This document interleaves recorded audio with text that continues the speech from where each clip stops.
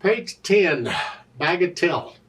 And again, you can Google all about bagatelles, what they are and how they work. But basically, it's just a fun piece. Let's talk about it. It's 2 pages long. Actually, it's longer than that. It's twice as long. It's got repeat signs. So basically, you end up playing the whole thing twice. Treble and bass clef. No sharps or flats in the key signature. We're in the key of C major. Make sure you can do the C major scale. I've said this before, blah, blah, blah. You know what to do. Okay. 4/4 time signature, and we got 8th notes all over the place. So let's check our fingerings and everything. And again, I connect everything at first. So in the right hand, I'm starting here. And 1 and 2 and 3.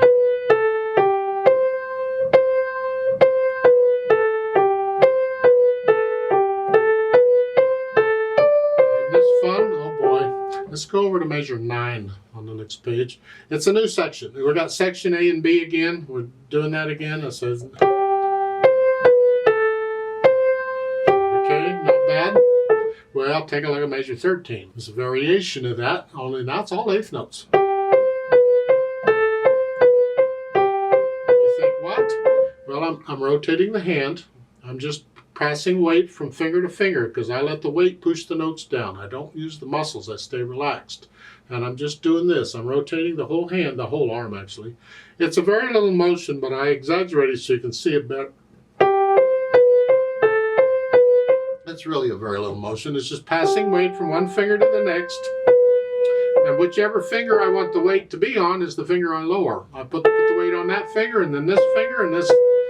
That's all I'm doing there. Left hand, we're starting here. 1 and 2.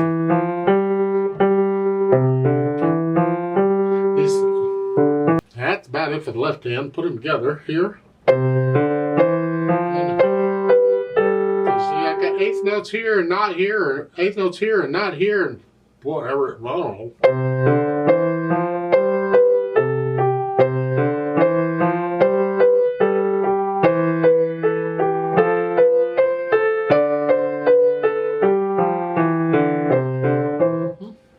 Go over to measure 9. You're here. Not bad. Go to measure 13. Let's try this out. 8th notes. Just watch which hands are playing together. And then here. And then here. And gradually work it out. Yeah. So you put the hands together. And then go back through. Get rid of the hesitations. It's a steady beat all the way through, and we'll think about the articulation. With the staccatos, it's short staccatos, and I'm flexing. I'm on the key, and I'm bouncing off. I'm bouncing off. And the other hand is connected. And on these, like going from measure 1 to 2, on the 8th, I connect it. You don't have to. You can. If you want to disconnect them, that's interpretation, but I connect it. And going from measure 2 to 3, my tendency is to connect all that.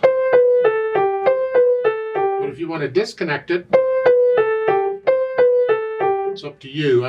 To me, that's choppy, and the staccatos are choppy enough, so I tend to connect it.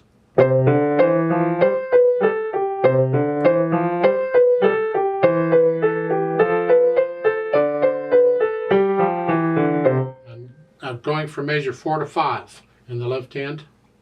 I connect all that together. I don't want to. No, just connect it. You lift up in the right hand. That's a new phrase, but not the left. Now, when you get to the end of the first line on page 11, you're here. When you repeat, you lift up, of course. It's like taking a breath. And if you go on, you lift up also like taking a breath. Both hands.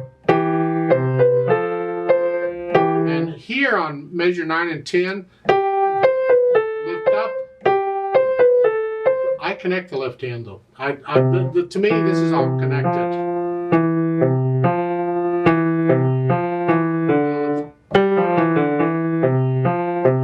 The only time I lift it up is measure 12 after the half note. Otherwise, I connected all of it. So it's like I lift up here, but not here.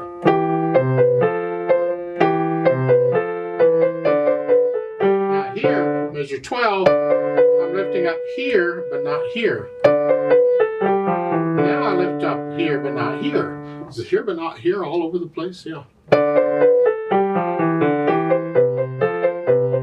And measure 13 and 14 and all that, I connect all that together. Connect it all together.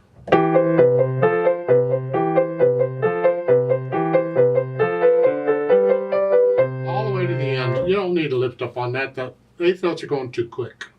Now, once you got an idea of the articulation, then we think about the dynamics. And that goes to the right hand, that's the melody. So forte at the beginning is loud, whatever you think loud is. This, about moderately soft, keep it down. And measure 3, they give you the hairpin and go up and come back down. No, I don't want to start loud and go up to very loud and back down. Come on. So I'm going to come down to about a moderately soft to moderately loud and go up to loud and back down. I don't want to go louder than loud. So I come down, loud. Right there is loud, here. And the left hand can come up a little bit, and then in the eighth notes it's got to come down. It goes down to very soft actually. So I'm starting out about moderately loud in the left hand, because the left hand's in the background. The right hand's loud, and this down here. Because measure 5, I'm soft, and very soft in the left hand. It's like an echo of what we just did. So at measure 7, because I'm soft here, I can crescendo up to about a moderately loud and back down. You feel these swells. You don't say, I'm going to go to this and this. And you feel it on how loud you go. And sometimes you have to adjust to accommodate it. That's why I said in measure 3, come down so you can go back up. Don't start where you're at and go up from there. Now, measure 9, you're loud in the right hand. And you're going to echo that, soft. And loud again. Moderately loud here. Echo that is soft, moderately loud, go up to loud. In the right hand, the left hand stays out of the way. So when you have an idea of the dynamics, and see if you can get to the point where you can kind of feel these dynamics. You ought to feel it all, but one thing at a time, I guess. Then the speed. Well, good luck with this. Allegro means quick, or fast, or happy, or however you want to do it. To me, it means fast. It's the overall feel of it. So the quarter notes want to speed it up a little bit, but the eighth notes are going to slow it down. Find the hardest part of the piece, and what can you do accurately, and that's your speed. Like measure 13. How fast can you play that accurately, and that's how fast you can take it. You don't speed up and slow down based on how hard it is. It's got to be with the same speed throughout. Now, these repeat signs. You got a repeat sign at the end of the first line on page 11. That sends you back to the beginning because there's no reverse repeat sign anywhere. So you go there. And then from measure 9 on down, that's surrounded by repeat signs. So you're going to play that twice. So you do the A section twice and you do the B section twice. So it's twice as long as it looks.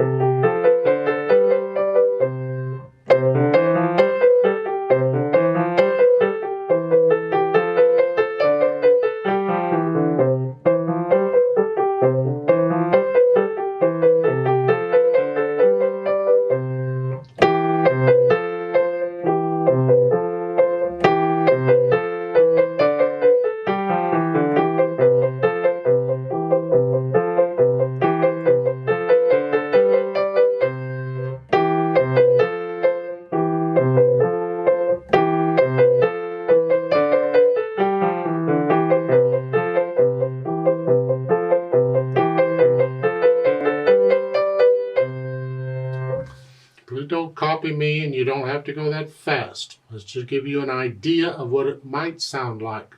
If I played it again, I'd play it differently. You need to get into it where you can start feeling it. And of course, the natural accents you want to get into. 1, 2, 3, 4. 1, 2, 3. 1, 2, 3, 4.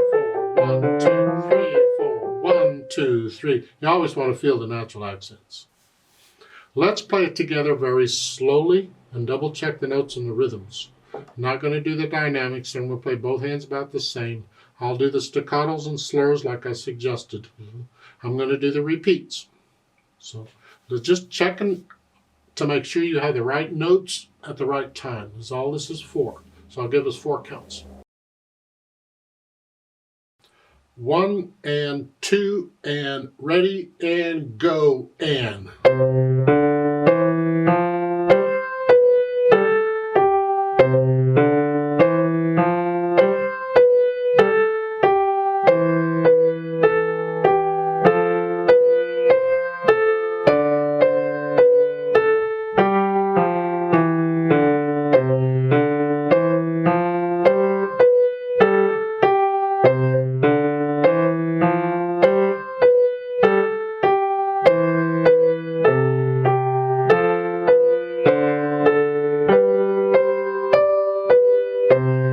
Repeat